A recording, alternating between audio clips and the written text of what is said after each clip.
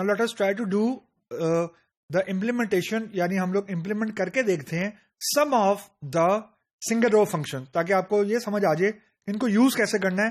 And you can get the list of all the single row functions from the internet. oracle.com पे जाएं और just write single row function in Oracle. You get so many references के कौन कौन से single row function हमारे पास मौजूद है. So the point is you don't need to remember it, याद नहीं रखना आप लोगों ने. You just need to know इनको यूज कैसे करना है, ताकि जब भी आपके पास कोई बिजनेस रिक्वायरमेंट आए you should be able to find out कि मैं यहाँ पे कोई सिंगल रो फंक्शन लगा भी सकता हूं या नहीं लगा सकता. So just look at the other slide. Now look at the first example. They are mathematical function हमारे पास मौजूद हैं. राउंड है, बहुत फेमस, और ट्रंकेट है कि हम किसी वैल्यू को राउंड कर सकते हैं और किसी वैल्यू को ट्रंकेट कर सकते हैं. लेकिन एक ही हमारे पास एग्जांपल है. अब यहां पे इस एग्जांपल में जो चीज नई आपको नजर, यानी a new thing for you guys would be कि मैंने फ्रॉम के बाद एक टेबल का नाम लिख दिया ड्यूल. तो आप लोग कहेंगे ये क्या चीज है. ड्यूल जो है इसको बेसिकली हम लोग बोलते हैं सूडो टेबल. सूडो टेबल से मुराद ये होती है कि ये किसी डेटाबेस को बिलोंग नहीं करता, यानी ये किसी यूजर को पर्टिकुलरली बिलोंग नहीं करता. ये एक सिस्टम जनरेटेड टेबल है जिसको यूज करते हुए आप मैथमेटिकली कैलकुलेशंस कर सकते हैं, क्योंकि इस टेबल के अंदर एक ही रो है और उतने कॉलम है जो हम लोग सिलेक्ट के बाद लिखेंगे. तो ये बेसिकली एक सूडो टेबल है, यानी एक्चुअल टेबल नहीं है. Pseudo mean it's an artificial table. Artificial in a sense ये it doesn't belong to any particular database or any particular यूं कह लें यूजर. इसको किसी यूजर ने नहीं बनाया, इसको सिस्टम ने बनाया है. और बनाया इसलिए कि आप लोग इसको यूज करते हुए कुछ मैथमेटिकल ऑपरेशंस, कुछ स्ट्रिंग ऑपरेशंस आप लोग परफॉर्म कर सकें. So let us try to implement these two examples which I have shared with you. So let's see the implementation.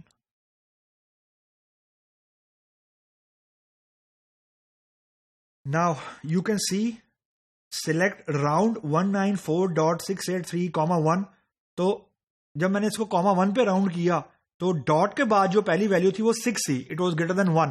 तो जब मैंने इसको राउंड किया तो उसने आउटपुट में इसको 7 कर दिया, जो कि नॉर्मली राउंड का फंक्शन है कि अगर डॉट के बाद यानी पॉइंट के बाद अगर वैल्यू 5 से ऊपर है तो जब उसको राउंड करते हैं तो वो नेक्स्ट पॉसिबल वैल्यू हो जाती है. तो 6 की नेक्स्ट पॉसिबल वैल्यू थी 7, वो उसने कर दी है. लेकिन जो ट्रंकेट है उसने कुछ नहीं किया ऐसा. तो मैंने जब लिखा ट्रंकेट 194.683, 1, तो उसने सिर्फ 83 को ट्रंकेट रिमूव कर दिया, 6 को एज इट इज रहने दिया. तो राउंड एक फंक्शन है, इसकी रिक्वायरमेंट 2 पैरामीटर्स हैं. एक वैल्यू जिसको मैं राउंड करना चाह रहा हूं और एक वो वैल्यू कि कहां तक राउंड करना है आफ्टर डेसिमल. यानी यहां पे लिखा हुआ है राउंड 194.683, 1 से मुराद ये है कि डेसिमल के बाद there should be exactly 1 value तक राउंड कर दो, और 1 वैल्यू के बाद जो भी वैल्यू है उसको रिमूव कर दो और बाकी हमने राउंड कर देना है. तो वो राउंड होने के बाद हमारे पास 0.7 आ गया. उसी तरीके से जब मैंने ट्रंकेट को यूज किया तो ट्रंकेट से में भी 1 लिखा मैंने. तो इससे मुराद ये थी कि डेसिमल के बाद 683 में से 83 को रिमूव कर दो, 6 को एज इट इज रहने दो. तो वही उसने 6 को एज इट इज यहां पे रहने दिया क्योंकि ये ट्रंकेट था. और दूसरी example that is a bit more interesting for you guys. अब यहां देखें, यहां मैं लिखा सिलेक्ट लेंथ ई नेम, यानी जो एम्प्लॉय नेम का कॉलम है उसमें जितने भी कैरेक्टर्स हैं उनका काउंट आपके पास आ जाएगा क्योंकि लेंथ का एक बिल्ट इन फंक्शन है. उसी तरीके से इन स्ट्रिंग से मुराद ये कि ई नेम के कॉलम में जहां पे भी अपर केस ई लिखा हुआ है, क्योंकि मैं रिक्वायरमेंट ई की थी, तो उसकी पर्टिकुलर यानी ई कितनी मर्तबा आया हुआ है इस ई नेम के अंदर, उसका काउंट आपको नजर आना शुरू हो जाएगा. उसी तरीके से कॉन्कैट है, it's a short abbreviation for concatenation. ये बेसिकली ई नेम को और जॉब के कॉलम को वैल्यू को जोड़ देगा. और फ्रॉम ईएमपी मैंने लिखा है इंटेंशनली. आपने सिर्फ ये पॉइंट नोट किया, ये करना है कि जब मैंने ड्यूल लिखा था तो मुझे आउटपुट में एक रो नजर आई है. कॉलम 2 ही है, एक राउंड का एक ट्रंकेट का, लेकिन रो एक है क्योंकि ड्यूल के अंदर जैसे मैंने आपको बताया एक रो है और उतने कॉलम जितने हम लोग लिखते हैं, क्योंकि ये इसी तरह की कैलकुलेशंस के लिए बना है. Let's try to run. The second query length in string and concat with EMP and let's see कि मुझे आउटपुट में क्या नजर आता। तो आउटपुट में मुझे 3 कॉलम नजर आए। लेंथ जो पहला ename है उसकी 4 है। अब यहां पे जब मैंने किंग और प्रेसिडेंट को कॉन्कैट किया तो king was the name and president was the designation.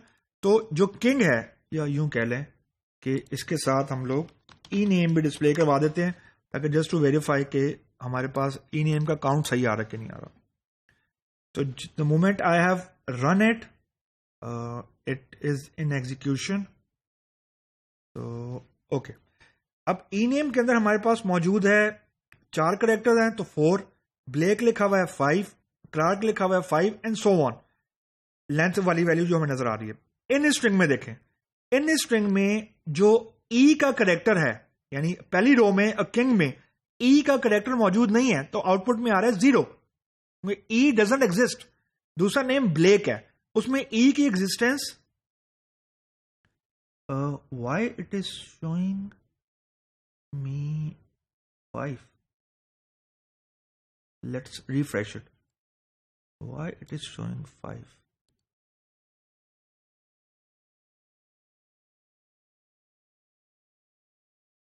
और जो क्लार्क है उसके अंदर ई की कोई वैल्यू नहीं है, तो इट इज 0 बेसिकली। तो the strange thing is why it is showing 5 in string against Blake. Blake में ई जो है वो इट इज फॉर, सॉरी, ये बेसिकली लोकेशन दिखा रहा है हमें। सॉरी, इन स्ट्रिंग जो है ये लोकेशन बता रहा है ई की ब्लेक में, दैट इज 5th। किंग में है ही कोई नहीं, क्लार्क में भी कोई नहीं है, जोन्स में 4th इंडेक्स के ऊपर है या 4th करेक्टर है, फोर्ड में भी नहीं है, स्कॉट में भी नहीं है, एलन में 4 पे है और टर्नर पे 5 के ऊपर है। तो इन स्ट्रिंग बेसिकली आपको बता रहा है कि ई नेम में ई कहां लाई करता है। तो और आखिरी करेक्टर है, आखिरी जो फंक्शन है कॉन्कैट का, ये 2 वैल्यूज को बेसिकली यहाँ पे मैंने कॉन्कैट कर दिया, मैंने कॉन्कैटिनेशन का ऑपरेटर यहाँ पे अप्लाई कर दिया। तो इस इन स्ट्रिंग को फॉर एग्जांपल मैं ए लिखता हूं। नाउ अब मुझे ये बताएगा कि ई नेम में जो ए है वो कहां पे लाई करता है। तो लेट्स ट्राई टू, यानी लाई से मुराद है किस इंडेक्स पे या कौन सी वैल्यू पे है। तो ब्लेक में ए जो है वो 3rd पे है, क्लार्क में भी 3rd पे है, बाकियों में नहीं है। एलन में जो इसकी वैल्यू है वो 1st इंडेक्स के ऊपर मौजूद है, दिस वन। वार्ड में नंबर 2 पे है, मार्टिन में नंबर 3 पे है और टर्नर पे ये नहीं है। लेकिन दैट्स वन थिंग। अब यहां पे आउटपुट में देखें, मेरे पास उतनी रोज आई हैं जितनी EMP टेबल के अंदर मौजूद थी। तो let me increase the rows size here. तो लेट्स रीरन।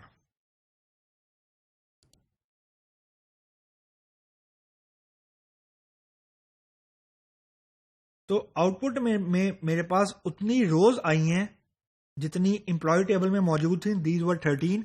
लेकिन जब मैंने इससे पहले वाली क्यूरी को रन किया था ड्यूल वाली को, उसमें सिर्फ एक ही रो आई थी। तो that was the difference. Employ जो है वो टेबल यूजर ने क्रिएट किया हुआ है, लेकिन जो ड्यूल टेबल है वो किसी यूजर ने नहीं क्रिएट किया, वो डमी टेबल है, सूडो टेबल है, अमूमन मैथमेटिकल कैलकुलेशंस के लिए यूज होता है।